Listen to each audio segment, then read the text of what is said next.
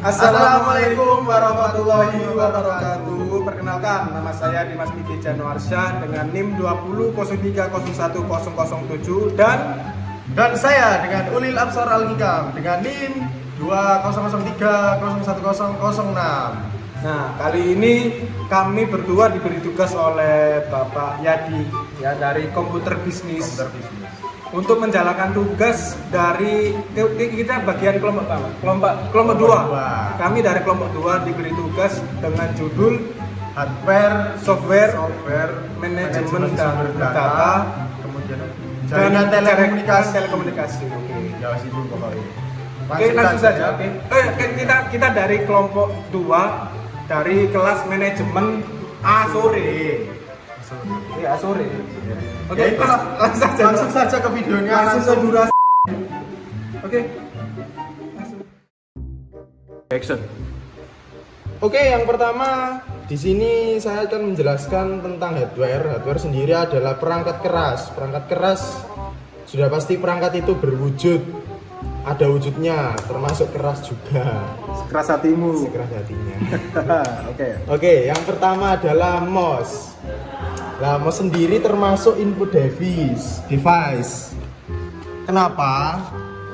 Soalnya dari perangkat keras inputnya ini ke komputer. Jadi bisa digerakkan. Wah, gitu. Kesalahan cepno. Sorry guys. Ini ada kesalahan teknis. Oke. Nah, ini baru nyala. Baru nyala ya. Oke. Input device dari mouse ke software atau ke sistem. Nah, ini sudah bisa digerakin termasuk golongan input device. Nah, jadi untuk menggerakkan kursi ini ya, Kak. Ya. Pasti rekan-rekan semua sudah paham lah ya. Oke, yang kedua keyboard. Keyboard juga termasuk input device sama seperti mouse. Jadi dia itu dari hardware ditransmisikan ke perangkat lunak atau software. Oke, yang kedua adalah software. Software adalah nama lain dari perangkat lunak yang artinya sebuah kode program yang disusun sedemikian rupa secara sistematis untuk mencapai suatu tujuan. Ini biasanya itu seperti kalau di laptop itu pasti sudah tahu semua ya. Yang pertama Windows, kalau di smartphone saat ini seperti Android itu menggunakan OS-nya pun macam-macam. Salah satunya Android Jelly Bean lah misalnya. Kemudian kalau di Apple itu pakai Macintosh atau Bionic lah yang terbaru itu. Saya nggak pakai Apple soalnya jadi kurang detail. Oke, ini lanjut contoh dari hardware yaitu prosesor kemudian ada memori. Nah, ini saya kasih gambarnya saja soalnya untuk fisiknya ini sudah tertancap di laptop ataupun PC. Jadi prosesor adalah chip yang sering disebut mikroprosesor. Ukurannya sekarang itu sudah mencapai gigahertz. Dulu mungkin nggak sampai segini. Jadi seiring perkembangan zaman itu misalnya dulu Core Pentium, kemudian berevolusi menjadi Core i3, kemudian sekarang Core i5, i7, bahkan sudah i9, i10 ya. i10 pun itu ada batch-batchnya, misalnya kayak generasi 7, kemudian generasi 9, ya macam-macam lah, itu nanti tergantung batchnya masing-masing sih. Lanjut, kemudian untuk memori. Nah, memori ini ada beberapa macam. Yang pertama random access memory ataupun RAM. Nah, RAM ini tugasnya itu bekerja untuk untuk menghandle sebuah program ya, untuk multitasking. Jadi bisa membuka selain 1 sampai 2 program, bahkan lebih sih. Nah, itu tugas utamanya RAM. Kemudian ada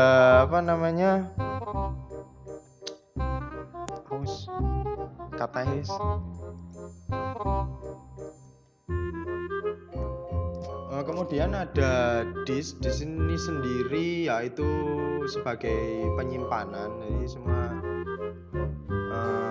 file-file atau data-data ini tersimpan di disk. Biasanya terbagi dua. Ada local disk itu biasanya C, kemudian disk yang utama yaitu D. Lanjut, kemudian ada Ethernet. Nah, Ethernet sendiri ini adalah kabel ya termasuk hardware ya. Ethernet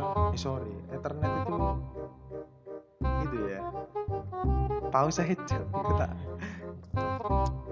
Nah, ini yang ketiga yaitu Ethernet. Ethernet sendiri ini adalah kabel untuk mengkoneksikan internet. Nah, teman-teman mungkin sudah pernah lihat Ethernet ini bentuknya kabel. Biasanya kalau di PC rata-rata pakai Ethernet sih. Ethernet ini bisa digunakan untuk beberapa fungsi, yaitu salah satunya folder sharing atau berbagi folder langsung tanpa jaringan internet. Nah, itu fungsi yang kami tahu ya. Kami tahu untuk selain mengkoneksikan internet. Kemudian ada WiFi lah. WiFi sendiri ini jaringan nirkabel atau tanpa kabel ya. Jadi langsung sambungan ke router. Jadi bisa langsung disambungkan internet sih. Ya mungkin itu secara singkatnya. Kemudian Bluetooth sendiri ini sebagai sebagai penerima lah. Receiver bisa untuk transfer file, kemudian untuk mengkoneksikan ke perangkat-perangkat lain yang mendukung salah satu seri Bluetooth itu sendiri sih. Kemudian GPU. Nah, GPU ini ada GPU 0 atau GPU-nya bawaannya chipset prosesor. Nah, ini GPU utamanya dari prosesor itu sendiri. Jadi GPU ini fungsinya untuk sebagai kualitas resolusi ya, kemudian fungsinya juga kalau biasanya untuk gaming sih biar nggak patah-patah, itu sisi parameternya mungkin bisa dari GPU. Nah, ini juga ada GPU 2 Nvidia GeForce. Contohnya ini dual grafis untuk pendukung lanjutannya, biasanya untuk main game biar tambah enak. Jadi ini ada dual grafis sih contohnya. Kalau laptop ini biasanya ada yang satu grafis, ada yang dual grafis, tergantung dari laptopnya itu sendiri sih. Oke, yang selanjutnya adalah program aplikasi. Program aplikasi merupakan perangkat lunak siap pakai yang nantinya akan digunakan untuk membantu melaksanakan pekerjaan penggunanya.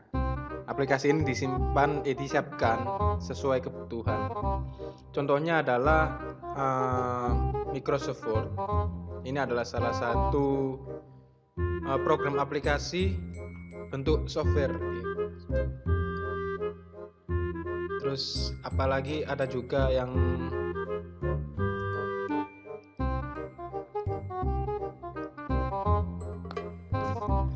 di word processing. Word processing adalah program yang dapat dipakai untuk menyunting naskah. Contohnya adalah Microsoft Word, terus Lotus, Ami Pro, dan Word Perfect, dan lain sebagainya. Terus selanjutnya itu program Spreadsheet. Nah, ini merupakan program yang digunakan untuk mengolah data secara berkolom.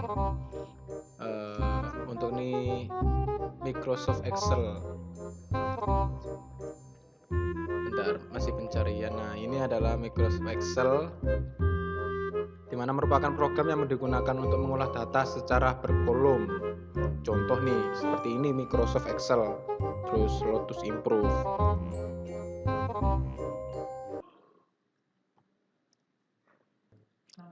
Nah, terus habis itu ada juga di database management system.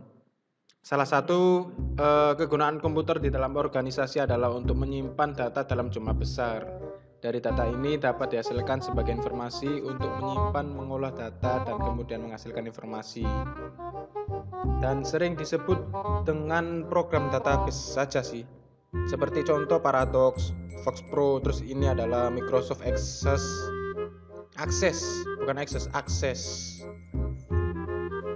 Nah, terus habis itu ada lagi di grafik.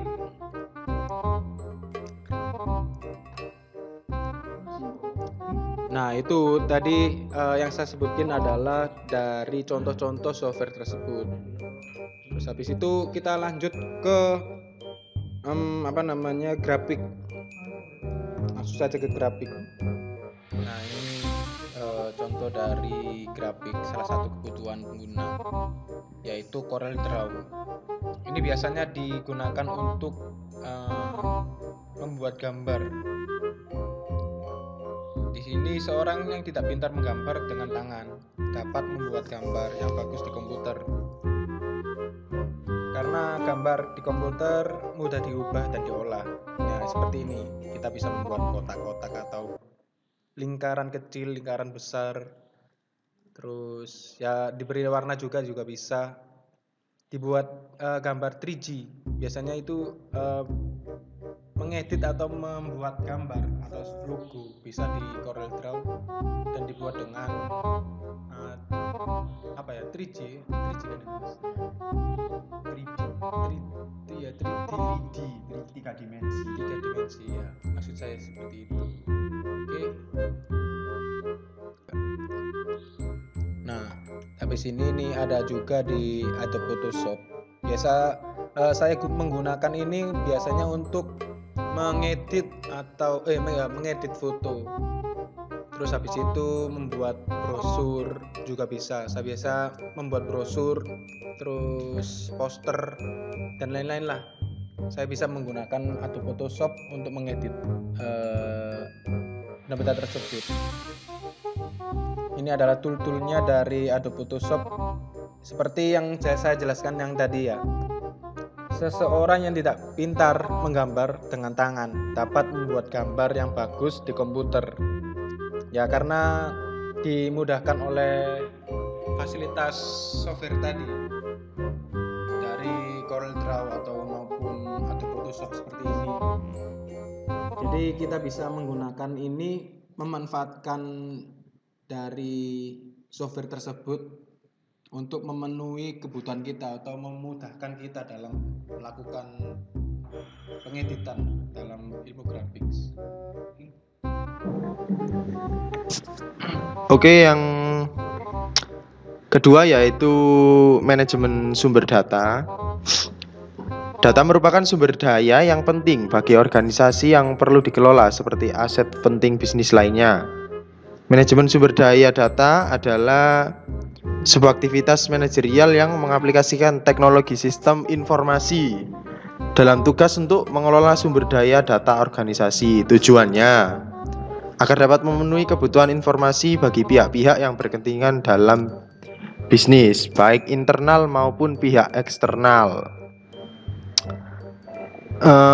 Dari contoh-contoh manajemen sumber data ini ada salah satu aplikasi yaitu jenisnya ERP. ERP sendiri adalah singkatan dari Enterprise Resource Planning. Planning ini adalah salah satu contoh program yaitu Microsoft Dynamics GP. Nah, ini tampilan dari Microsoft Dynamics GP. Saya buka, saya gunakan user login saya.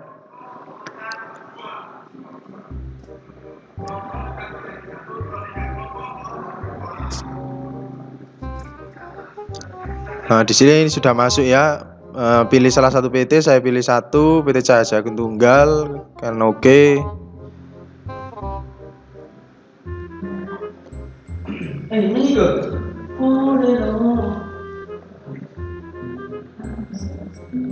Nah, ini sudah masuk di salah satu PT.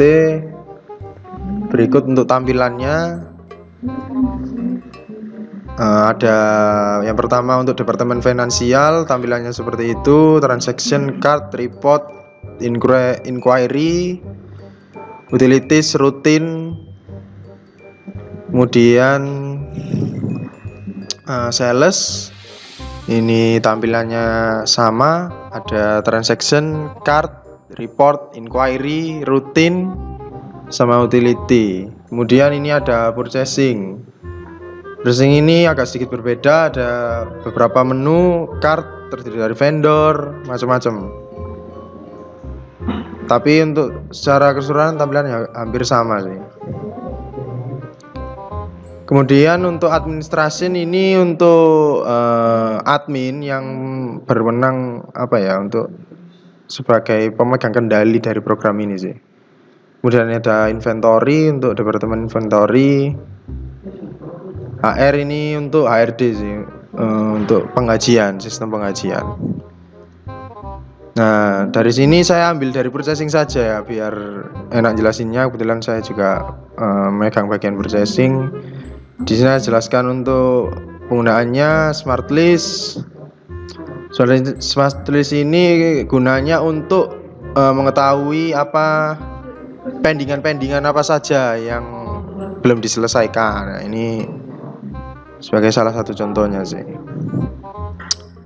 Ada banyak pendingan yang belum selesai. Ini contoh kecilnya seperti ini. Bisa ekspor Excel maupun Word. Ini saya contohkan kalau ekspor Excel seperti ini sih contohnya.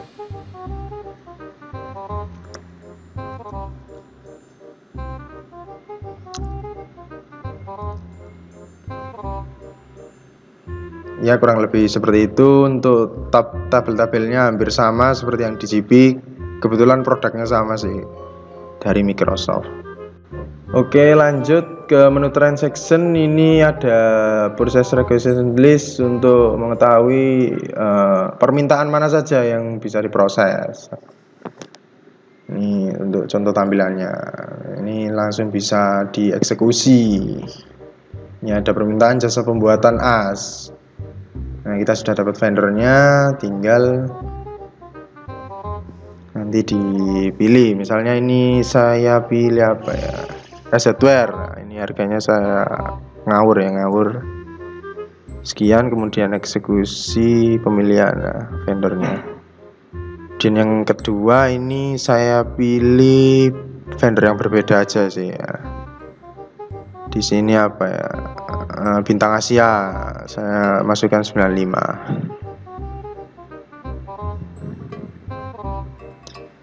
Nah, untuk itu sudah selesai, tinggal nanti bisa di print.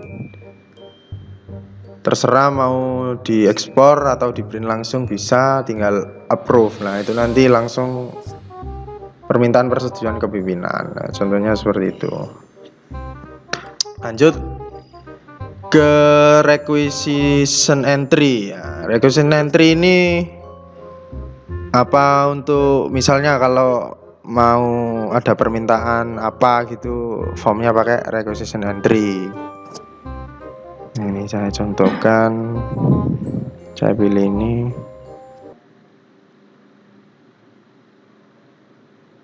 Oh sorry, nggak ada. Bentar, saya delete dulu. Nah, pilih dagang agen untuk permintaannya, set ID-nya agen. Nah, ini saya mau ada permintaan misalnya gas LPG. Nah, ini beberapa tabung 45 misalnya. Ini dilewati saja.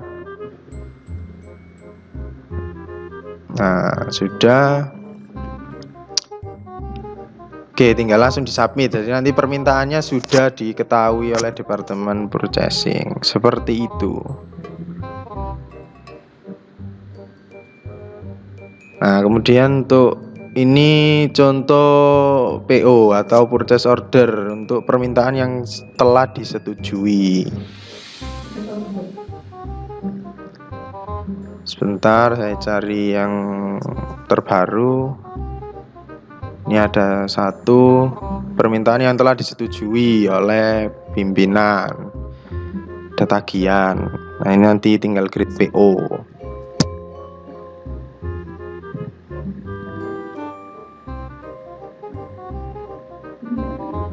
Nah contoh tampilannya seperti itu. Nah ini salah satu contoh permintaan order BBM. Kurang lebihnya seperti itu. Jadi setelah PO nanti tinggal eksekusi di lapangan. Kemudian ini ada menu transaction entry. Ini misalnya kalau sudah barang diterima, tinggal di-input penerimaan barangnya di sini.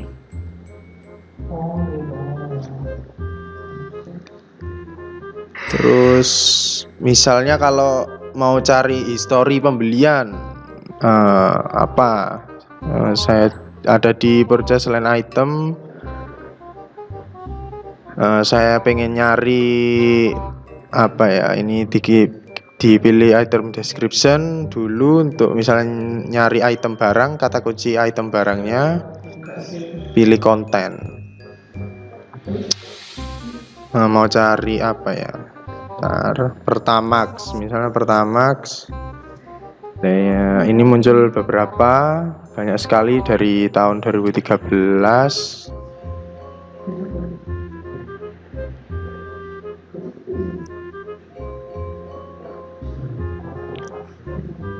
Saya stop aja biar cepat. Ini saya pilih salah satu, ini historinya seperti ini. Nah, nanti bisa tracking recordnya. Nah, ini pembelian tahun 2017, Pertamax 2DO. Nah, kurang lebih seperti itu untuk singkat database-nya.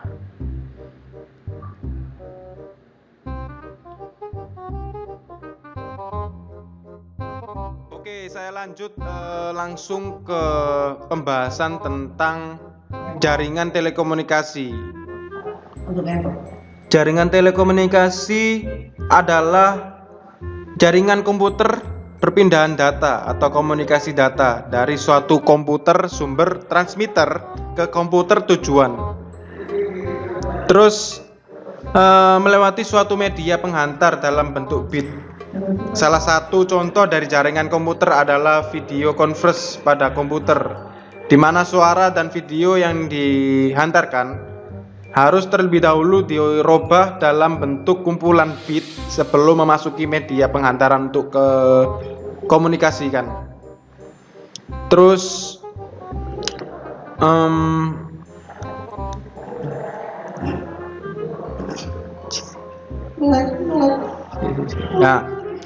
langsung ke perkembangan komunikasi data sendiri. Pada tahun 1837 Samuel Morse mempatenkan sistem telegraf.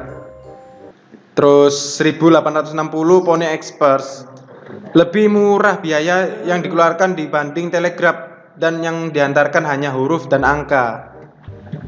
Terus langsung pada tahun 1990-an penyebaran internet ke seluruh dunia. Yang 93 Telkom mulai memasang ATM dan menyatukan dengan teknologi SDH. Terus lanjut ke 1994 atau sekitar tahun 1997. Permasyarakatan internet dan beberapa tahun kemudian dibangunnya backbone Indosnet untuk melayani penggunaan internet di Indonesia. Manfaat jaringan komputer itu sendiri adalah sebagai sharing resource yang bertujuan agar seluruh peralatan, program, dan peribahal lainnya dapat dimanfaatkan oleh setiap pengguna di dalam jaringan komputer tersebut sebagai pengembangan dan pemeliharaan peralatan. Terus yang ketiga, dengan adanya jaringan komputer, pengembangan peralatan akan lebih mudah dan sekaligus bisa menghemat biaya. Sebab setiap pembelian komponen-komponen seperti printer, maka cukup membeli satu buah saja, sehingga satu printer tersebut dapat digunakan secara bersama. Selain itu, jaringan komputer juga memudahkan pengguna maupun user dalam merawat hard disk dan perangkat lainnya. Contohnya, saat memberikan perlindungan dengan serangan virus, cukup memusatkan perhatian pada hard disk komputer pusat saja. Terus sebagai media komunikasi. Nah, sebagai media komunikasi yang efektif, jaringan komputer bisa membuat terjadinya komunikasi antar pengguna satu dengan yang lainnya, baik untuk mengirim informasi atau pesan yang penting maupun untuk telekonferensi. Sebagai keamanan data maksud saya, melalui sistem jaringan komputer, data yang tersimpan akan lebih aman karena hanya disimpan di komputer pusat yang hanya bisa diakses oleh para pengguna yang memiliki hak akses. Terus selanjutnya sebagai integrasi data. Dengan adanya jaringan komputer, maka ketergantungan pada komputer pusat dapat berkurang karena setiap pemrosesan data tidak semuanya dilakukan oleh satu komputer saja, namun bisa diproses di komputer lainnya. Maka dari itu jaringan komputer dapat membentuk integrasi data yang memudahkan pengguna untuk mengolah dan memperoleh informasi setiap saat.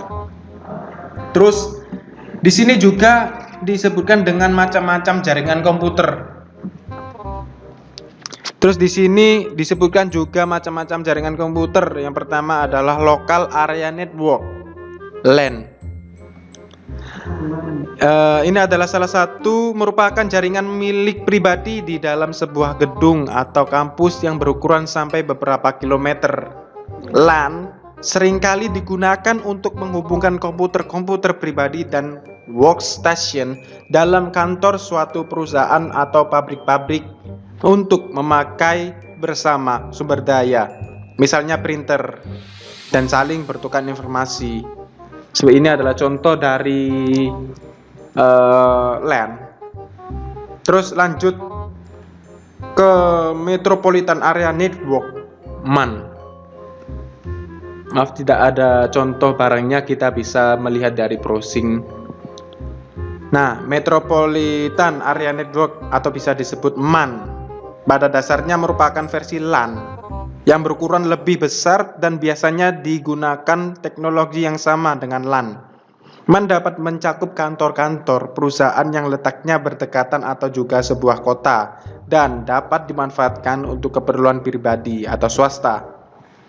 MAN maupun menunjang data dan suara, bahkan dapat berhubungan dengan jaringan televisi kabel. Ini adalah contoh dari MAN yang generasinya lebih besar dari LAN. Terus lanjut ke Wide Area Network atau WAN. Kita bisa melihat dari browsing. Kita juga tidak memiliki barangnya tersebut, soalnya ya kemahalan. Anjir. Nah, WAN tersebut jangkauannya mencakup daerah geografis yang luas, seringkali mencakup sebuah negara bahkan benua. WAN terdiri dari kumpulan mesin-mesin yang bertujuan untuk menjalankan program-program aplikasi pemakaian. Ini adalah salah satu contoh dari WAN yang lebih besar lagi dari MAN maksud saya. Nah, ini bisa digunakan dari berbagai negara atau antar benua. Terus lanjut ke internet. Sebenarnya terdapat banyak jaringan di dunia ini, seringkali menggunakan perangkat keras dan perangkat lunak yang berbeda-beda. Orang yang terhubung ke jaringan sering berharap untuk bisa berkomunikasi dengan orang lain yang terhubung ke jaringan lainnya. Keinginan seperti ini memerlukan hubungan antara jaringan yang seringkali tidak kompatibel dan berbeda. Biasanya untuk melakukan hal ini dilakukan sebuah mesin yang disebut gateway guna melakukan hubungan dan melaksanakan terjemahan yang diperlukan, baik perangkat keras maupun perangkat lunak lainnya. Kumpulan jaringan yang terinkoneksikan inilah yang disebut dengan internet. Jadi banyaklah dari teman-teman atau kalian-kalian yang suka menggunakan internet untuk keperluan sehari-hari pastinya. Terus apalagi ya Mas? Jaringan tanpa kabel nih. Jaringan tanpa kabel. Jaringan tanpa kabel biasa disebut merupakan suatu solusi terhadap komunikasi yang tidak bisa dilakukan dengan jaringan yang menggunakan kabel. Misalnya orang yang ingin mendapatkan informasi atau melakukan komunikasi walaupun sedang berada di atas mobil atau pesawat atau di kendaraan yang lainnya lah, maka mutlak jaringan tanpa kabel diperlukan karena koneksi kabel tidaklah mungkin dibuat di dalam mobil atau pesawat atau kendaraan lainnya. Saat ini jaringan tanpa kabel sudah marak digunakan dengan memanfaatkan jasa satelit dan mampu memberikan kecepatan akses yang lebih cepat dibandingkan dengan jaringan yang menggunakan kabel. Ini adalah contoh seperti WiFi, terus Bluetooth, terus apa lagi? Apa itu yang namanya infrared? Itu biasa digunakan oleh kebanyakan orang untuk mengirim data ke orang lainnya. Terus, nah ini kita masuk ke topologi. Topologi banyak macamnya sih. Seperti topologi jaringan, terus topologi ring, habis itu topologi star. Terus apa lagi ya? Topologi tree. Juga yang satu lagi apa ya namanya saya lupa. Topologi mesh. Nah, ini satu-satu saya sebutkan dan saya jelaskan. Dimulai dari topologi apa ya tadi Mas? Saya lupa Mas. Topologi jaringan atau topologi bus merupakan topologi yang banyak dipergunakan pada masa penggunaan kabel sepaksi menjamur dengan menggunakan T-connector atau dengan terminator 50 ohm pada ujung network. Maka komputer atau perangkat jaringan lainnya bisa dengan mudah dihubungkan satu sama lain. Nah, ini dari topologi bus ini kelebihannya hemat kabel yang pertama, yang kedua layered kabel sederhana, terus mudah dikembangkan. Tapi ada kekurangannya pastinya, yaitu deteksi dan isolasi kesalahan sangat kecil, kepadatan lalu lintas. Bila salah satu klien rusak, maka jaringan tidak bisa berfungsi. Terus yang selanjutnya yaitu diperlukan repeater atau jarak jauh. Terus lanjut ke topologi ring. Ada juga di topologi ring.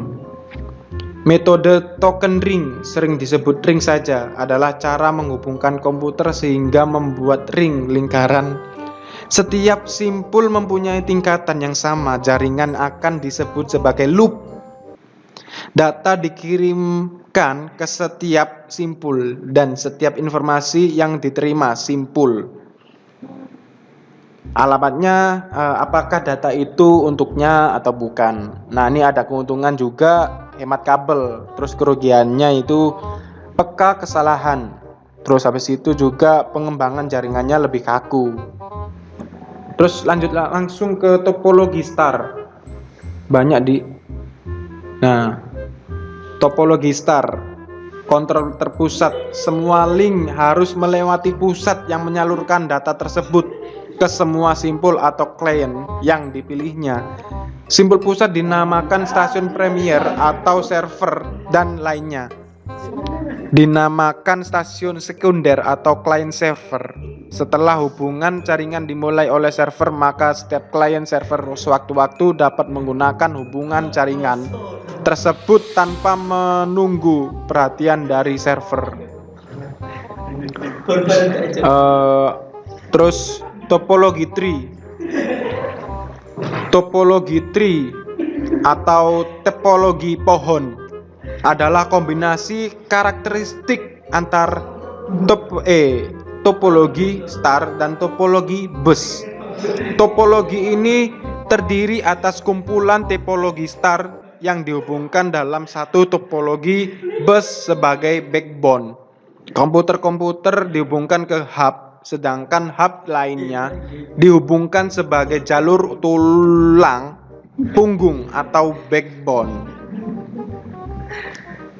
Terus habis itu topologi mesh.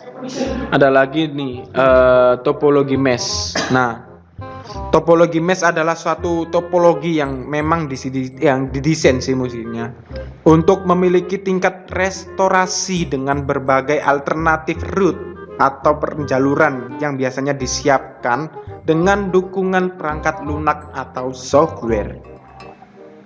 Nah, ada kelebihannya pastinya lebih banyak di topologi mesh, yaitu hubungan detect link menjamin data langsung dikirimkan ke komputer tujuan tanpa harus melalui komputer lainnya, sehingga dapat lebih cepat karena satu link digunakan untuk berkomunikasi dengan komputer yang dituju saja. Terus memiliki sifat rebus, yaitu apabila terjadi gangguan pada koneksi komputer A dengan komputer B karena rusaknya kabel koneksi links antara A dan B, maka gangguan tersebut tidak akan mempengaruhi koneksi komputer A dengan komputer lainnya. Terus habis itu privasi ini banyak dong, privasinya ini lebih di topologi mesh ini lebih terjamin karena komunikasi yang terjadi antara dua komputer tidak akan dapat diakses oleh komputer lainnya. Nih, jadi privasi kita itu terjaga dengan topologi mesh tersebut, soalnya lebih aman sih, lebih terjamin. Memudahkan juga proses identifikasi permasalahan pada saat terjadi kerusakan. Tapi ada kekurangan juga sih, membutuhkan banyak kabel dan port. Semakin banyak komputer di dalam topologi mesh, maka diperlukan semakin banyak kabel links dan port. Terus ada lagi hal tersebut sekaligus juga mengidentifikasikan bahwa topologi jenis ini karena setiap komputer harus terkoneksi secara langsung dengan komputer lainnya, maka instalasi dan konfigurasi menjadi lebih sulit. Terus apalagi ya mas, saya lupa. Sepertinya apa itu namanya, peer to peer network ya, peer to peer network. Nih saya browsingkan lagi. Nah ini sama juga sih halnya dengan topologi tersebut. Peer artinya rekan sekerja. Peer to peer network adalah jaringan komputer yang terdiri dari berbagai komputer. Biasanya tidak lebih dari 10 komputer dengan 1-2 printer. Dalam sistem jaringan ini diutamakan adalah menggunakan program, data, dan printer secara bersamaan. Jadi kita bisa menggunakan printer itu langsung bersamaan. Jadi tidak perlu banyak printer itu. Jadi satulah untuk memprinter hard copy tersebut. Dalam sistem jaringan ini yang diutamakan adalah penggunaan program, data, dan printer secara bersamaan. Pemakaian komputer bernama Donna dapat memakai program yang dipasang di komputer Dino, dan mereka berdua dapat mencetak ke printer yang sama. Nih yang tadi yang saya jelaskan ya, pada saat yang bersamaan nih. Sistem jaringan ini juga dapat dipakai di rumah. Pemakaian komputer yang memiliki komputer kuno, misalnya AT, dan ingin membeli komputer baru, katakanlah Pentium 2, tidak perlu membuang komputer lamanya. Ia cukup memasang network card di kedua komputernya, kemudian dihubungkan dengan kabel yang khusus digunakan untuk sistem jaringan. Nah, terus itu saja sih yang saya pahami dalam jaringan. Terus ada lagi fungsi dan cara kerja jaringan telekomunikasi wireline dengan kabel atau wireless, modem, satelit. Tapi saya sebutkan hanya wireline sama wireless saja. Jaringan kabel atau wireline.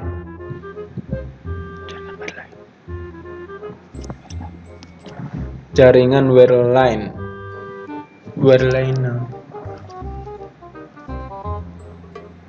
Oke. Nah, jaringan kabel wireline, fungsi jaringan adalah untuk berbagi sumber daya yang dimiliki dan untuk berkomunikasi secara elektronik. Sebuah jaringan biasanya terdiri dari 2 atau lebih komputer yang saling berhubungan. Jaringan komputer wireline bekerja dengan menggunakan kabel-kabel sebagai penghubung antar komputer. Kabel yang dapat digunakan adalah kabel koaksial, twisted pair, dan serat optik. Pada setiap komputer harus dilengkapi dengan kartu antarmuka yang disebut dengan NIC, Network Interface Card. Network Interface Card atau LAN, Local Area Network. Jaringan kabel yang biasanya digunakan pada area yang kecil, misalnya satu ruangan nih dan ada yang di gedung. Setiap komputer yang berhubungan dengan dalam jaringan memiliki MAC address atau IP address. Internet Protocol merupakan alamat penomoran komputer maksimal 255.